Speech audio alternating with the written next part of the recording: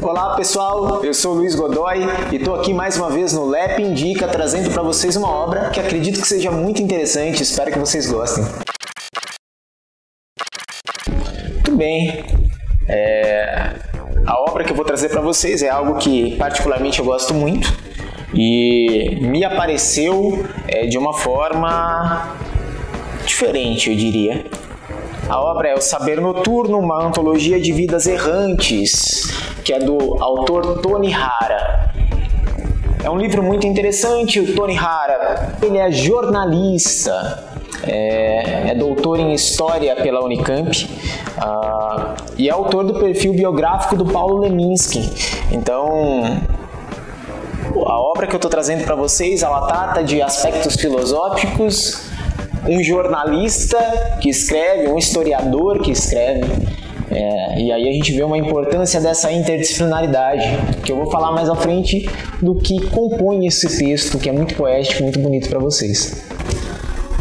Bom, o Saber Noturno apareceu para mim de uma maneira interessante. Eu estava numa feira de livros aqui na Unicamp, com uma amiga.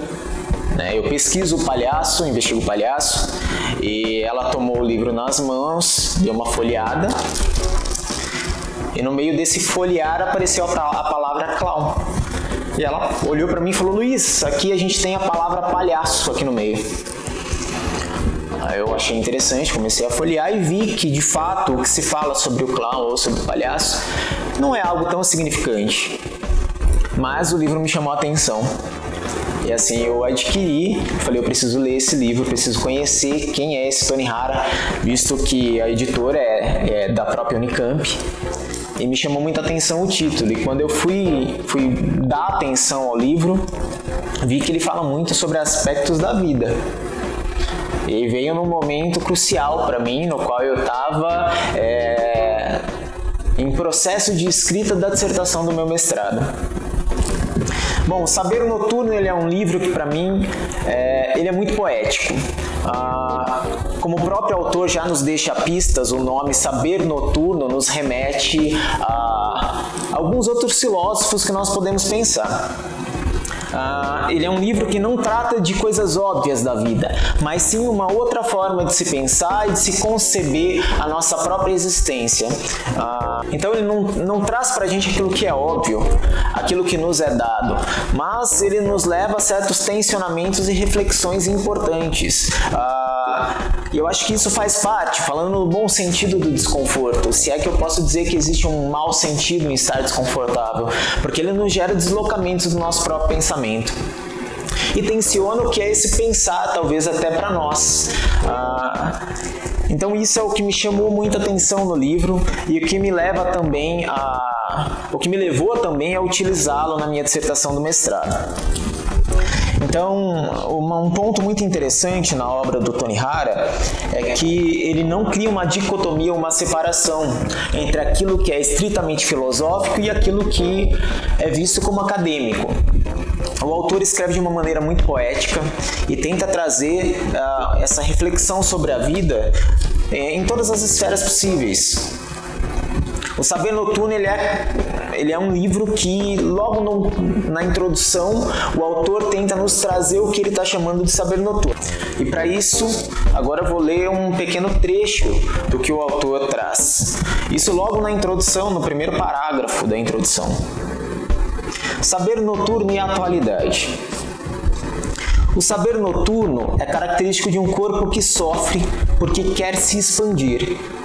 Tal como o corpo da parturiente, trata-se de um conhecimento que tem a tarefa de parir uma nova vida, livre, intensa, repleta de possibilidades e de venturas.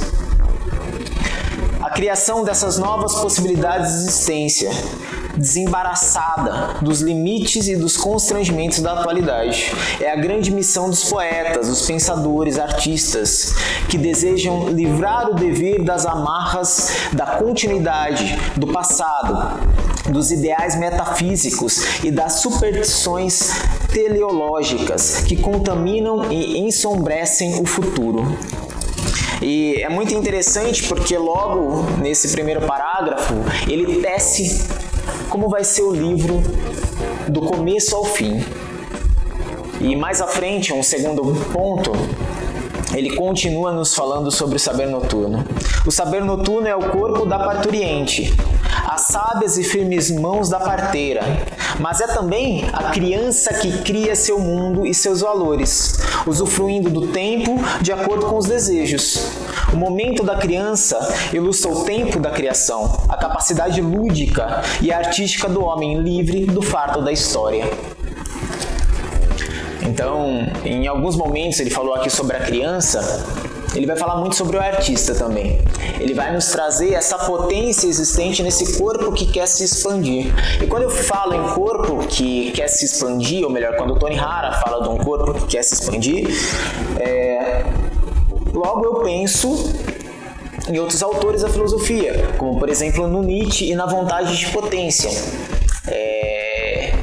Vontade de potência, esse desejo do criar, esse desejo constante, a qual o homem não se limita àquilo que tem, mas busca sempre ir para além. E vontade não é falta, como dizia o próprio Schopenhauer, ele tratava a vontade como falta. O Nietzsche ele vai nos trazer que a vontade é aquela vontade de um corpo que quer se expandir, um corpo que quer ir para além, que não quer ficar limitado dentro das possibilidades que se existem e que são dadas. Então, não é a falta, mas é um excesso, é um buscar além. São novas potências de vida que, como o próprio autor nos diz, é parir uma nova vida, novas formas de existência e de conceber e estar no mundo. E quando o Tony Hara fala isso, por que eu usei na minha dissertação do mestrado? Eu trabalhei com arte, trabalhei com palhaço. E vai muito ao encontro daquilo que eu fiz, pensar o palhaço como esse criador de novas potências de vida. Então, conceber a vida com aquilo que é dado é olhar para a claridade das coisas, aquilo que está certo a nós. Agora, ter essa concepção da criança ou esse olhar do artista, desse corpo que quer se expandir, é olhar para a escuridão tendo consciência, ou melhor, não tendo a noção daquilo que está presente naquele espaço. E que a partir daí reside o ato criativo. É nesse não saber que nós encontramos as novas possibilidades e nós geramos novas potências de vida. Bom, e assim o Hara vai tecendo, ele vai tecendo a sua escrita, que não cria, como eu já disse, uma dicotomia entre uma escrita estritamente acadêmica. Muito ao contrário, ele traz uma obra escrita de maneira muito poética para nós.